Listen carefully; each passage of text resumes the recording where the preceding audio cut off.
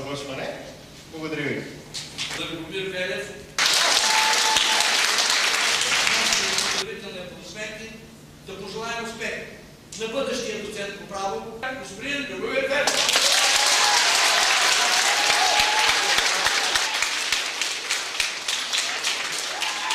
Нека тази грамота да бъдеш първата в поредицата грамоти за постигнати отлични резултати.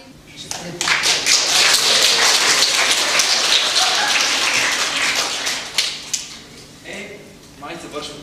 Да ви кажа, 6 години съм тук. Искам да ви споделя няколко неща, които предполагам ще забележите. Аз установих след толкова години. Първо, учителската професия е нещо невероятно трудно и особено. И да то съчетава едно търпение, което лично за мен е непонятно, с една любов, която лично за мен понякога няма особена почва, но все пак дава неоспорими резултати накрая в едни деца, вече личности, които могат да поемат на където искат. Затова първо искам да благодаря на всички учители, с които се познаваме много добре. Не само, че са преподавали на мен, а че преподават и на моите по-малки съученици години наред за усърдието, с което го правят и да им пожелаят да продължават по същия начин. Второто, което е, и да си ученик не е лесно. С това на всички, които сега ме слушат, искам да кажа две неща от опит. Значи първото е, че не трябва да спирате да учите. Труда рано или късно се отплаща, вярвайте ми, така е.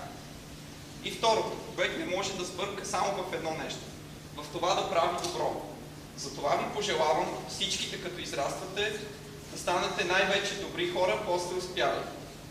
Искам да благодаря на господин и госпожа Иванова, които аз приемам по-скоро като учители, защото учителя за мен е като втори родител. Той изгражда личността на човека. Най-вече искам да благодаря на родителите си. Благодаря. Улица Била Стоилова.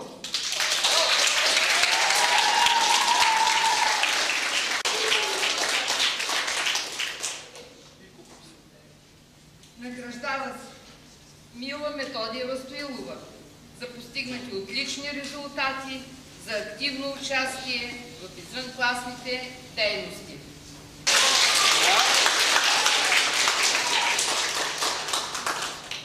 Първо, здравейте на всички. Често казано, след като ви гледам и нещата, които говорите, ме подсещат за първия ми ден тук в Пепостар. Спомням си, че беше края на 6-ти клас, тук беше горещо, беше месец юни.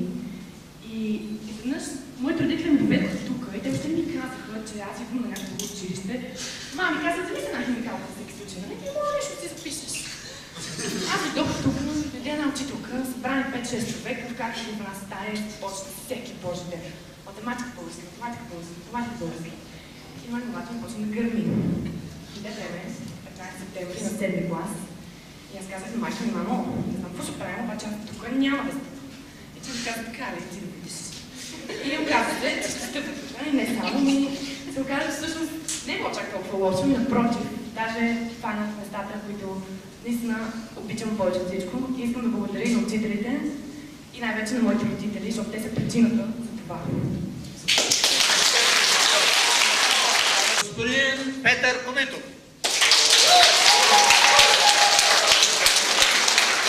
До всеки комита той избира пътя на бухата. Ще остане тук в България и като студент по право ще се формира чета, която ще брани името и честа на българското правораздаване.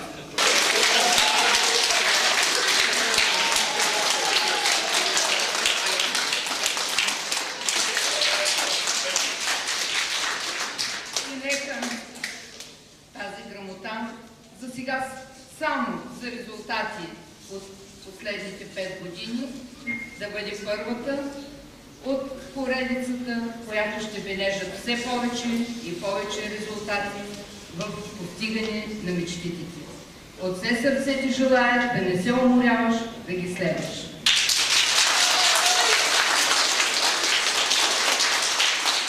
Първо и аз искам да започна като моите съученици с няколко благодарности. Първо към учителския състав на това голямо семейство. Искрено съм ви благодарен за всичките усилия, които положихте за нас. Искам да благодаря на господин и госпожа Иванови, защото те бяха тягата, която беше нужна тази грамота и завършването на 12 клас да бъде успешно. Искам да благодаря на моето семейство за това, че направиха всичко това възможно и ще завърша с един малък съвет. Успехът се постига само с много усилия. Дали ще е днес, дали ще е утре, дали ще е след една година или след 10, без усилия няма успех.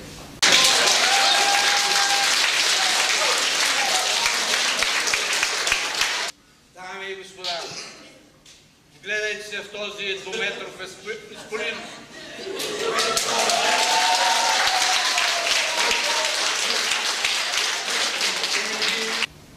В избора си какво да следва, мисля, че Петко се прави. Той явно се слуша в сърцето си. Реши да избере една от най-хуманните и близка до човешките страдания професия – медицината. Зарът е хвърлен.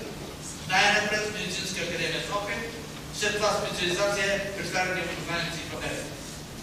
Дами и господа, да поздравим с аплодисменти бъдещия професор по ортопедия, бъдещия национален консултант по травматология, бъдещия доктор по Норис Крауца на Харвардския медицински университет, доктор Медикъл Петко.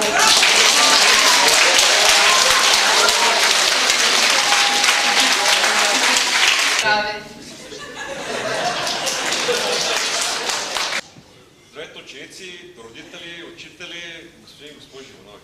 Тук искам да благодаря на всички учители и на господин и госпожа Иванови, понеже те ме научиха първо да уча. 7 клас дойдох, много навик нямах да уча и имахме веднъж да учим на прощаване. Аз не го научих обаче и трябваше да остана 5 часа след часовете да го науча. И 5 часа седях до към 8-9 часа, докато го науча.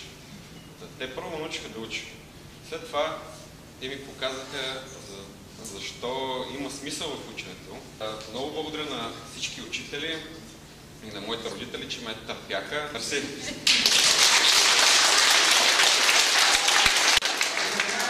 Последният главния списък, член на съзвездието Евростар, господин Тодор Караниколов. С нашите аплодисменти предлагам да пожелаем успех на бъдещия дипломиран член, господин Тодор Караниколов.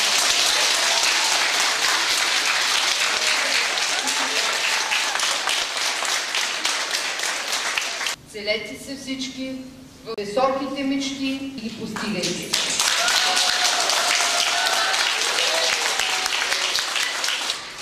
Благодаря на учителите, както и на висшия ешелон, че ни предостави шанса за образование в държава.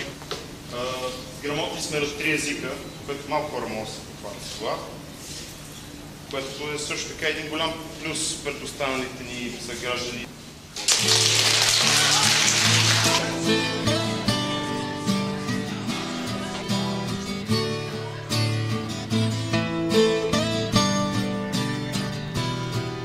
Кълна се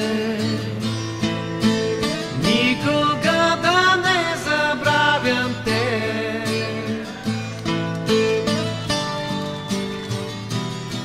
с когото 5 години всичко съм делил.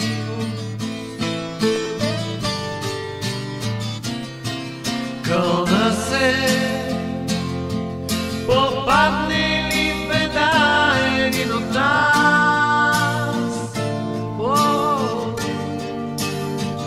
да му подам ръка и форс за мен е час, да му подам ръка и форс за мен е час. Госпожа Дерева. Уважаеми преподаватели, госпожо Иванова, господин Иванов, скъпи 12-класници, родители, гости. Този изключително вълнуващ, мисля, за всички ни момент, искам от името на родителите на завършващите днес ученици да изкажа нашата най-сърдечна благодарност към учителите на нашите деца, към директора на училище Евростар госпожа Иванова, към господин Иванов. Благодарност за вашия професионализъм, за всеотдайността ви, за усилията, за обичта и грижите, които положихте във възпитанието и образованието на нашите деца. Искам да изразя благодарност както към всички преподаватели, които днес са тук, така и към тези, които обучаваха децата ни през годините. Скъпи 12-класници, искам да ви пожелая крепко здраве, лекота, с която да преодолявате всички трудности. Пазете в сърцата си приятелствата, които създадохте тук, и бъдете отворени за нови такива. Не забравяйте и своите преподаватели, защото паметта е най-добрата гаранция за признателността. Скъпи учители, на нас искам да пожелая много такива прекрасни, вълнуващи и трогателни моменти. Да сме живи и здрави, да имаме смелостта и мъдростта да стоим за децата си и да ги подкрепяме. На добър час! Обявявам успешно приключване на ВИПУС 2012-2013. Благодаря ви от нетърпение.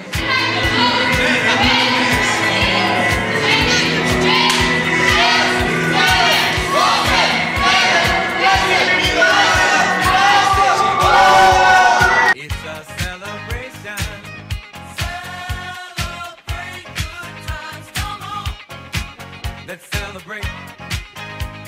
We gon' celebrate.